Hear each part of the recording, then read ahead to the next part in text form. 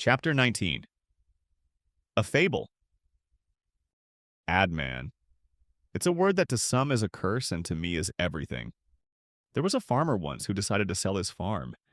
His years of work on it had been long and arduous, and his wife had given half her life to its maintenance. He advertised for several weeks in the local newspaper, but no one answered. Finally, he canceled his ad. Knowing that the farm hadn't been sold and anxious to keep the advertising going, the ad manager of the paper went to call on the farmer. The farmer explained courteously that he saw no reason to continue the advertising because no one had answered it. "Perhaps you would let me write an ad for you," said the manager. "Take me around the farm. Tell me about it as we go." 2 days later, the advertising manager returned to read his copy. The farmer called in his wife so that she might hear it also, and the man began. He told of hills that ran into the distance, of healthy, sleek cows grazing contentedly, of a river that ran through the farm, keeping it moist and green, and of the sun that threw peaceful shadows of trees across the land. He told of the immaculate white farmhouse and the loving care the woman had given it. When he finished reading, the three were silent for a moment. Then the farmer's wife turned to her husband with the tears in her eyes and said, "John, we can't sell this farm. This is just the place we've been looking for. At a time when the Biow Company had the biggest billing in our history, the government called us to San Francisco as witnesses in a case involving a man who had been associated with one of our former clients. Because we had paid this man commissions for merchandising the account, our records were subpoenaed by the government to help prove their case of tax evasion against him. We cooperated in every way possible. The man was tried and convicted, and we went home. But it had been a difficult spot to be in. Because of the importance of the man and the client, the newspaper coverage had been widespread and unfavorable to us. Most of the implications were wrong. It was an odd backfiring for a firm whose business it had been to attract attention, but to its clients' products and not to itself. I am happy to say that our clients showed complete confidence. Not one of them left the Biow Company because of the case. In 1953, the Biow Company was the biggest advertising agency owned by one man in America. We were billing over $50 million, and we had a list of clients of which any agency would have been proud. We had a staff of 451 dedicated people, but now the job for the first time seemed to be getting too big for one man. I made changes in the staff, but no rearrangement seemed to work. Actually, I was ill, though I didn't realize it at the time. I knew only that I felt tired and confused, and I wanted others to share the load with me. So we sold stock to a few of our people at its book value. This didn't work either, at least not for me. Once other people had their money in the business, no matter how small an amount, I felt as if I were wearing a straitjacket. I could no longer soar and damn the cost. I no longer felt free to do things the way that had always worked so well before. Or to put it in other words, my way. At about this time, Bulova and Philip Morris each came under new management, and as sometimes happens, the new men wanted new agencies. The accounts left. Even if I had been well, the cancellations would have been rugged. But they would not have defeated me.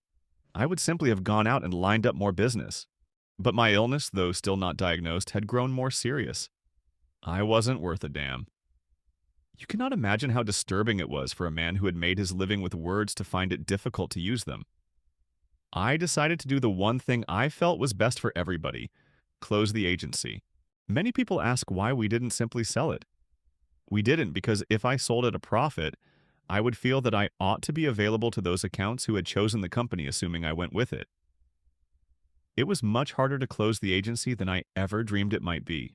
To see your people you have trained and worked with, go elsewhere hurts. It hurts, too, to see national accounts that your ideas have helped to build over many years move on elsewhere. But, in another sense, it can be encouraging to see that the ideas themselves work out for the accounts even through other agencies. Because I had owned the business, I had always felt that the employees should have an additional source of income.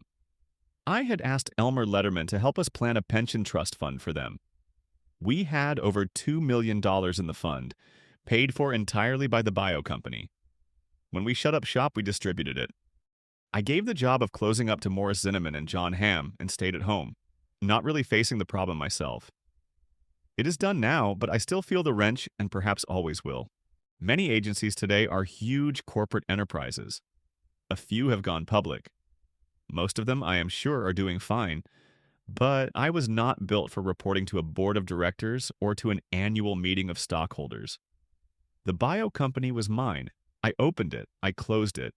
This was a tough decision, but it was as much my decision to close it as to open it in the first place. I think both decisions were right. This chapter began with a slight story, and I will end it with one.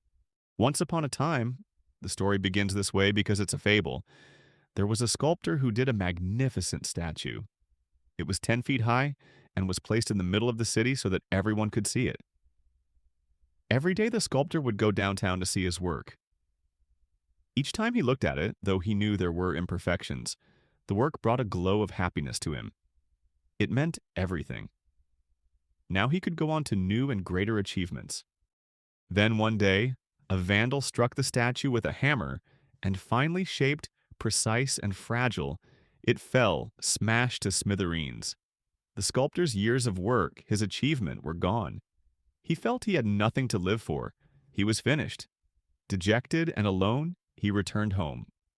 Sad. There was no one to remind him that he had built the statue. The statue had not built him. And thus ends our fable. That's it for today. If you enjoyed this video, you might want to check our link in the description, where you'll find many other fundamental marketing books in different languages. And don't forget to subscribe to the channel for more persuasion and direct response content. See you in the next one.